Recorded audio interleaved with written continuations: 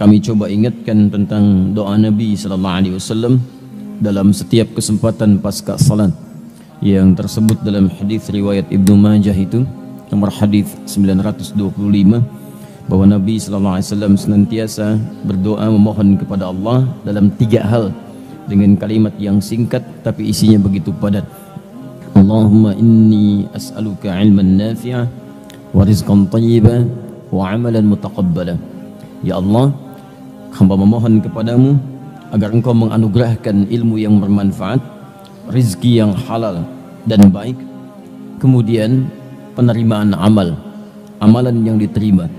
Jadi saya sering ingatkan bahwa selevel Nabi Muhammad SAW saja yang sesungguhnya sudah dijamin dengan surga, dijaga dari maksiat, membuktikan syukurnya kepada Allah Subhanahu wa taala dengan meningkatkan ibadahnya, dan yang luar biasa masih berdoa kepada Allah dengan begitu tawadhu'nya, ya Allah mohon terima amalan saya. Karena itu seringkali kita bertanya, siapa kita yang bukan seorang nabi, juga bukan seorang rasul, belum ada jaminan bagi kita yang kuat untuk masuk surga, dan kita bukan orang yang maksum dari maksiat, bukan terjaga dari maksiat. Maka kita harus lebih serius dibandingkan dengan orang-orang terdahulu dalam mendekat kepada Allah Subhanahu wa taala. Ini waktunya begitu singkat, persaingannya sekarang sangat ketat.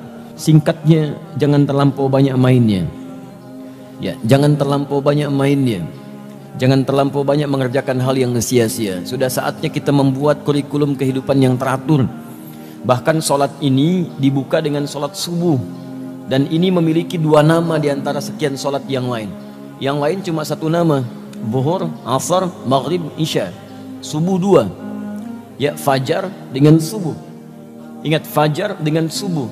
Fajar menunjukkan korelasi keimanan kita yang terpancar ketika mendengar panggilan untuk menunaikan sholat. Muncul pancaran dalam hati kita untuk merespon fajar. Ya, buka Quran surah ke-62 ayat yang ke-9, paling kiri sebelah atas. Ya ayyuhalladzina amanu idza nudiya lis-salati min yaumil jumu'ati fas'au ila dzikrillah.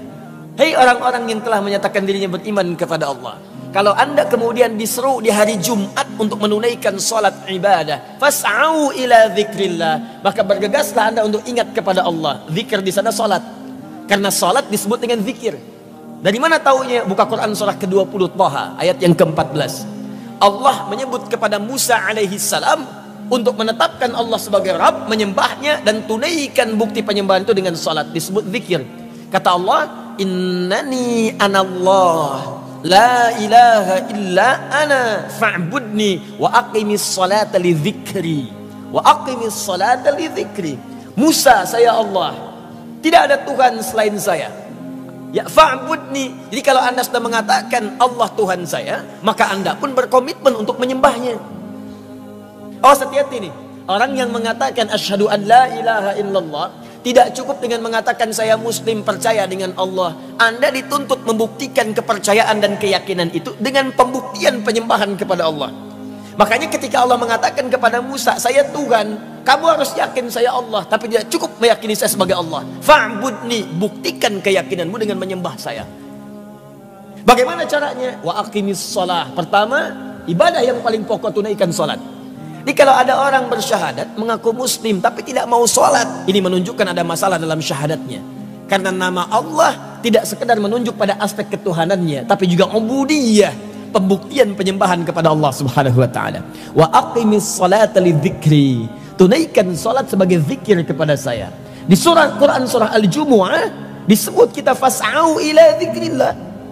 Kalau sudah tiba hari Jumat, cepat-cepat siapkan diri untuk menunaikan sholat Jumat sebagai zikir kita kepada Allah. Kalimatnya menggunakan fas'au. Bersegera di sana, siap-siap mandi dulu, siapkan wewangian. Jadi kalau waktu Jumatnya misal 11.58, ya antum siap-siap dari jam 11. Siap-siap dari setengah 11. Bahkan malamnya siapkan di pakaian untuk Jumat. Ini wewangiannya. Saya mau Jumatan di masjid mana? Jarak dari kantor ke masjid sekian. Jam berapa saya berangkat? Tiba untuk mengejar saf yang pertama. Keberkahannya banyak. Ada rizki, ada terkabulnya doa, ada macam-macam, ada ketenangan, ada pengabulan segala hal yang dimintakan, ada semuanya. Makanya saking pentingnya dan manfaatnya Jumat itu diminta antum bersegera.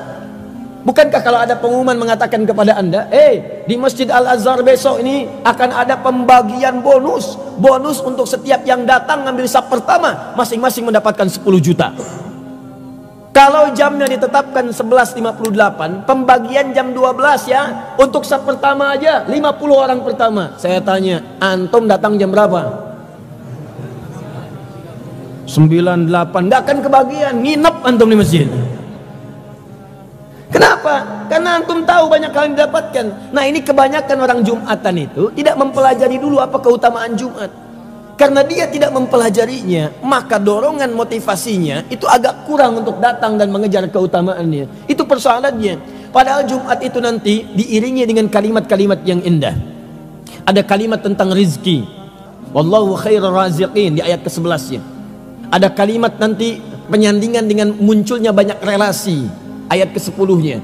Ada banyak hal yang mungkin kita bahas di lain kesempatan, tapi saya ingin tunjukkan, jangan banyak kita kemudian hidup mengisi kehidupan di muka bumi ini dengan mengerjakan hal yang sia-sia.